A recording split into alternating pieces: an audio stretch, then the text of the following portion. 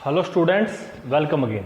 बच्चों, previous video में हमने 8th जो हमारा चैप्टर चला हुआ है, इसकी जो एक्सरसाइज है कंपाउंड इंटरेस्ट की, ठीक है, उसके हमने सम किए थे दो।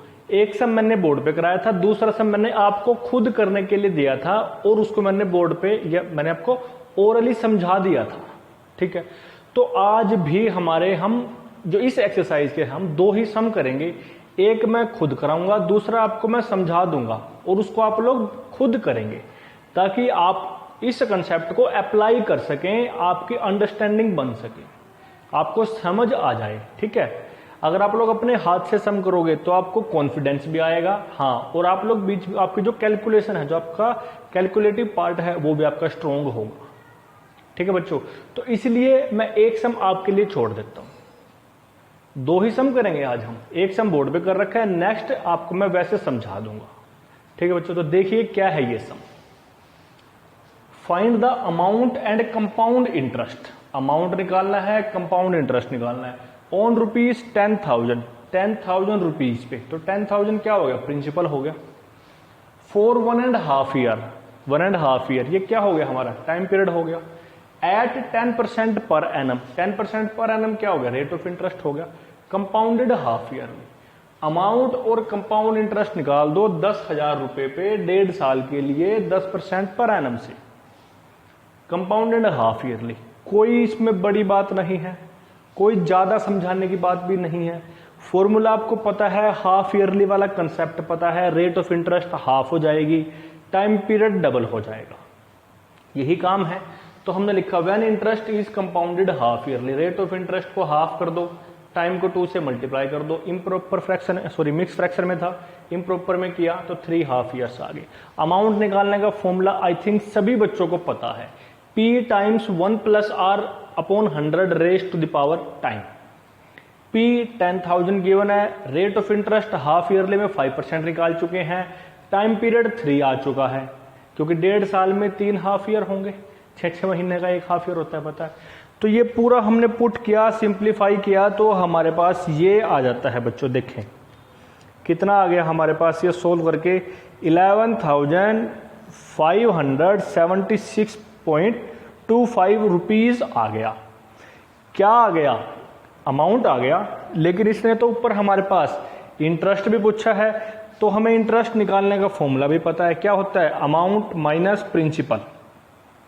तो देखें ये हमने राइट हैंड साइड पे लाइन लगा के क्या लिख दिया हमने? कंपाउंड इंटरेस्ट निकाल दिया, अमाउंट माइनस प्रिंसिपल। अमाउंट अभी निकाल के हटे 11,576.25 रुपीज, प्रिंसिपल गिवन है 10,000 रुपीज, सब्ट्रैक्ट करके निकाल दिया हमने 1,576.25 रुपीज।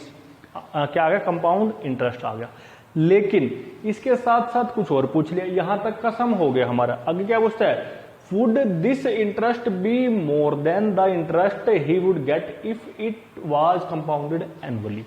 मतलब कि would this interest, क्या ये इंटरेस्ट ज्यादा होगा? कब? अगर वो जो उसका इंटरेस्ट काउंट हुआ वो एनुअली काउंट होता है उससे।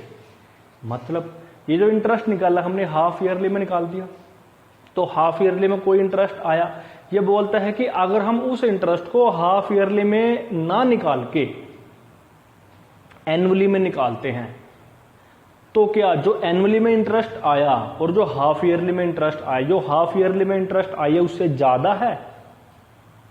ये पूछता है बस हमसे। इसका मतलब हाफ ईयरली में तो इंटरेस्ट निकाल चुके हैं, एनुअली में भी निकालना पड़ेगा। एनुअली के लिए ध्यान से देखें, टाइम पीरियड कैसा है? 1.5 ईयर है, तो टाइम तो हमारा कैसा आ गया? मिक्स फ्रैक्शन में आ गया। तो क्या करेंगे हम? पहले पूरा जो उसका होल नंबर पार्ट होता है उसका हम उसका अमाउंट निकाल देंगे, फिर जो उसके बाद बच गया उसको सोल्व करेंगे हमने ऐसे 3-4 सम पहले भी कर रखे हैं, आपको पता है, वैसे ही यहां है। When interest is calculated annually या कंपाउंडेड एनुअली, तो अमाउंट आफ्टर 1 ईयर, 1 साल के बाद क्या अमाउंट बनेगा? तो फॉर्मूला तो वही है, टाइम पीरियड 1 हो जाएगा, क्योंकि हम जो होल नंबर पार्ट 1 है उसको अलग, उसके लिए अलग से काम करेंगे, जो बच गया उसके लिए अलग से काम करेंगे। हमने पुट किया, सोल्व किया, तो 11,000 रुपीज आ गया। क्या? 1 साल के बाद अमाउंट, मतलब 10,000 रुपए के 11,000 रुपए बन गए। मतलब इंटरेस्ट क्या हुआ? 1,000 रुपए इंटरेस्ट आ गया 1 साल का। लेकिन इसके बाद तो ये भी है हमारे पास हाफ ईयर, हाफ ईयर के लिए हमें पता है कि भाई सिंपल इंटरेस्ट निकालते हैं, लेकिन प्रिंसिपल चेंज हो जाता है।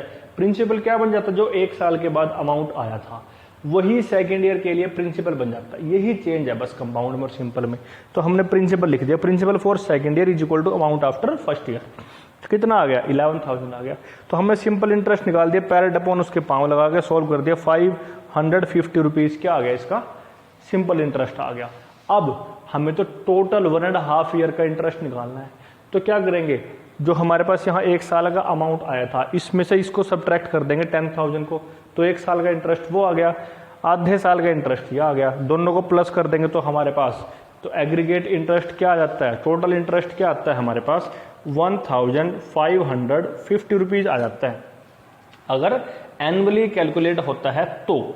अब हमने ऊपर जब हाफ ईयरली कैलकुलेट हुआ था तब भी इंटरेस्ट निकाल दिया था, क्या आया था वो 1576 रुपये 25 पैसे आया था। जब एनुअली होता है तो तब भी निकाल दिया 1550 रुपये आया। तो कौन ज्यादा है, हाफ ईयरली का ज्यादा है। तो ये भी तो यही पूछता था कि क्या हाफ ईयरली का इंटरेस्ट एनुअली जब काउंट करेंगे उससे ज्यादा आएगा, हाँ ज्यादा आएगा। तो ये हमने पूरा सोल्व करके बता दिया आपको, ठीक है बच्चों।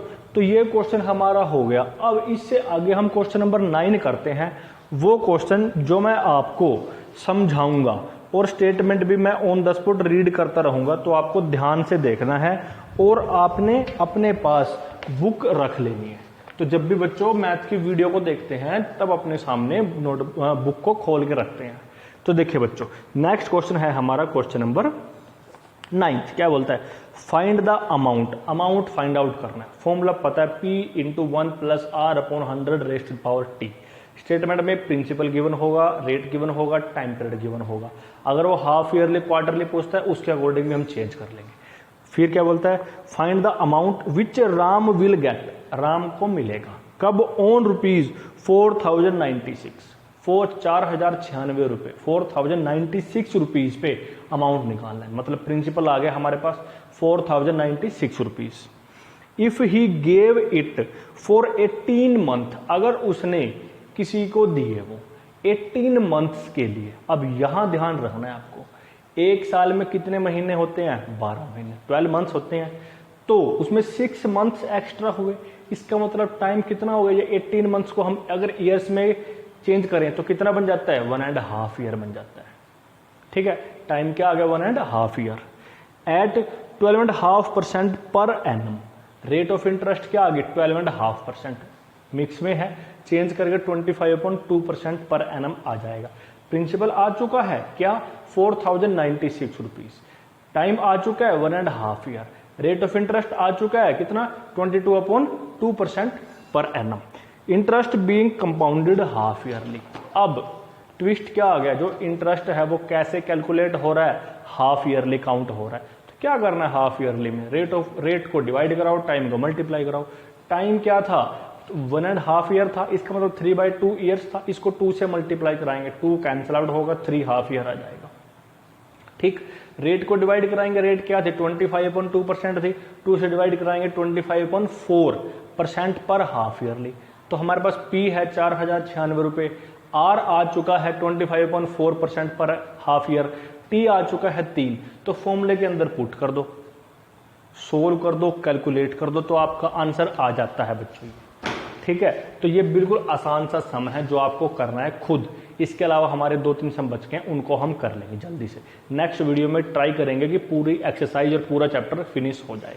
तो आपको क्या करना है बच्चों, तो आपको करना है ये सारा काम कंप्लीट करना है। अगर वीडियो में कहीं पे आपको डाउट आता है तो वीडियो को दोबारा या 3rd टाइम्स 2-3 बार देख लो करो। ठीक है, फिर भी कोई डाउट आपका रिमूव नहीं होता है तो मेरे पास पर्सनल नंबर पे मैसेज सेंड करके मेरे से पूछ लिया करो, मेरे से डिस्कस कर लिया करो।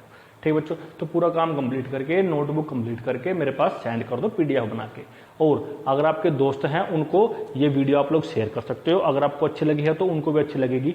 ठीक है, तो वो आपके दोस्त आपके स्कूल के हों, कोई जरूरी नहीं है, किसी भी स्कूल के हो सकते हैं। और चैनल को बच्चों सब्सक्राइब कर दिया करो और अच्छे अच्छे कमेंट भी कर दिया करो, ताकि हमें अच्छा लगे। हमें भी अच्छा लगता है जब आप लोग कमेंट करते हो, और साथ में अपना नाम भी लिख दिया करो।